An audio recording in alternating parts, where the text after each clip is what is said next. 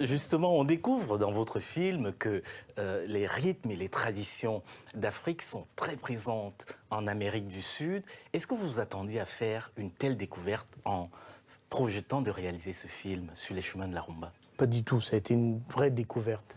Ça a été une vraie immersion de voir que les rythmes de chez nous, qui sont partis donc du Congo, donc des deux Congos, comme c'est le royaume Congo, ont franchi au-delà de l'Atlantique, au-delà des mers, une dimension, une identité très très forte à travers la musique, à travers les mots qui ont voyagé, comme Kilombo, comme Tsitou, qui étaient des mots de résistance, des mots de sanctuaire. On a remarqué, et moi j'ai remarqué qu'il y avait des choses à mettre en place entre Cuba, entre le Congo, entre l'Afrique, entre le Venezuela, entre la Colombie. On retrouve toutes les sonorités qui font notre musique. La rumba, c'est une danse qui a été créée par les esclaves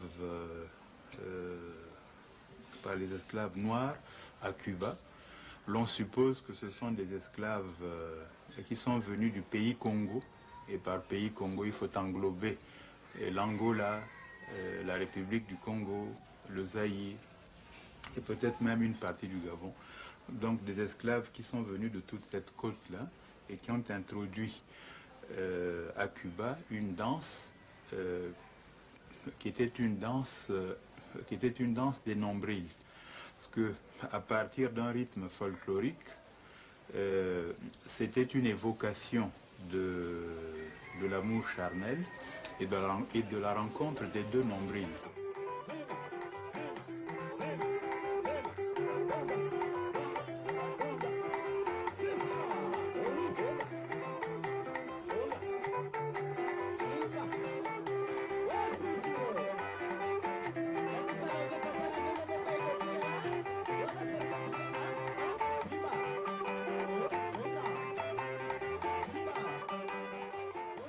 La danse donc est apportée à Cuba par les esclaves noirs.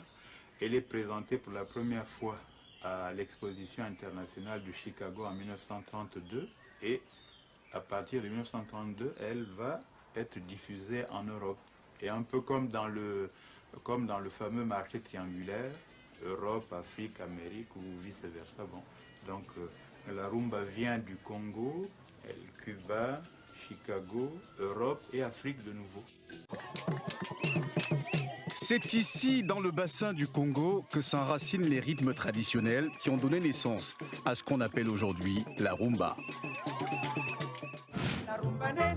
À l'origine, la rumba est une pratique musicale forgée par les anciens esclaves Congo ou encore Yoruba qui avaient été déportés aux Amériques et dans la Caraïbe. Les esclaves congolais qui ont été amenés dans les îles et en Amérique ont apporté avec eux, on dirait même ont emporté avec eux des éléments culturels du terroir qu'ils ont réussi à sauvegarder malgré l'adversité, malgré l'environnement dans lequel ils étaient plongés brutalement. La rumba, un kumba, le nombril, c'est-à-dire un kumba, frottement entre les deux nombrils. Donc c'est ça qui fait la rumba. C'est un kumba.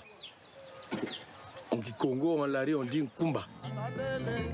Conçue comme une musique festive, mais aussi de résistance à l'oppression esclavagiste, la rumba est le fruit de nombreux allers-retours entre les Amériques, l'Europe et l'Afrique. Llega a Cuba, parte en un barco a Vigo, va la rumba de nuevo hacia Europa y de nuevo regresa con nuevas posibilidades. Es decir, la raíz africana llega a América, vuelve a África y otra vez vuelve a América, en ese continuo lenguaje de viajes de ida y vuelta. Enrichie de sonorités nouvelles, la rumba est revenue dans le bassin du Congo dans la première moitié du XXe siècle grâce aux échanges maritimes. À l'époque, les pionniers les plus connus en sont alors Paul Kamba à Brazzaville ou encore Adou Elenga et Wendo Kolosoy à Léopoldville, devenu Kinshasa après l'indépendance. Dans les années 50, les grands orchestres succèdent à la génération des pionniers. D'abord l'African Jazz de Joseph Kabasele à Kinshasa. Ensuite, l'Ok Jazz de Franco, toujours à Kinshasa. L'African Jazz et l'Ok Jazz constituaient alors ce qu'on appelle encore aujourd'hui les deux grandes écoles de rumba.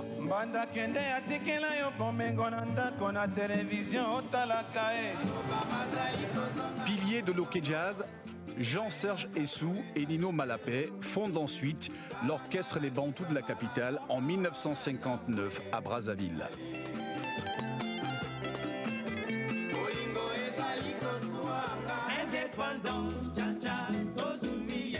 En avril 1960, Joseph Kabasele enregistre à Bruxelles Indépendance Tcha-Tcha, un tube qui deviendra l'hymne des indépendances africaines.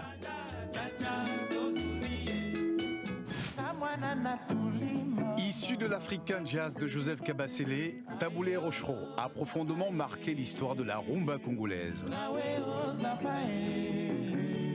voyez, ça c'est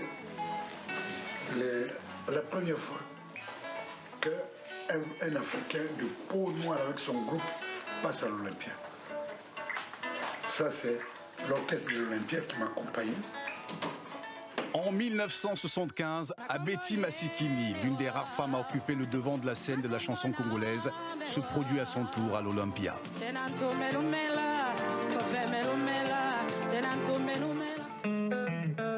Dans le sillage d'Abeti Masikini et sous l'impulsion de Taboulé Rochereau, des chanteuses comme Pongo Love, Chalamwana ou encore Mbili Abel vont apporter une touche féminine à la rumba congolaise. Une tradition que cette nouvelle génération doit à des pionnières comme Marie Kitoko ou encore Lucie Eyinga.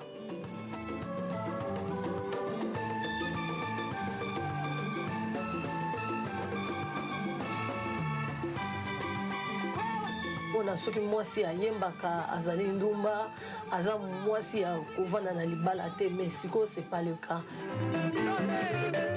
Cependant, les années 80 seront celles du règne sans partage du groupe Zaiko Langa Langa, fondé en 1969.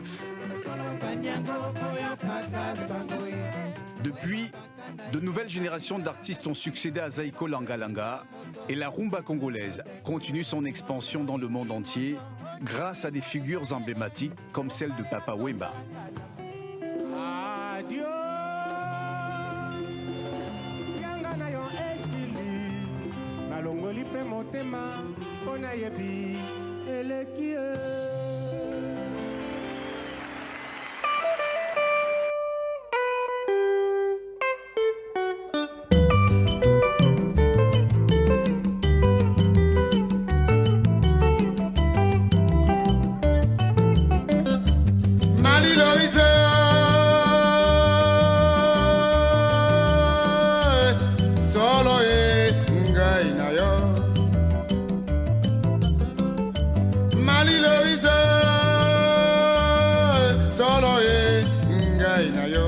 Wapi Kombo Louise, Lobelanga wapi Tina Louise, Louise, Nako Balase, Louise, Nako Dilaye Bokila Lobi.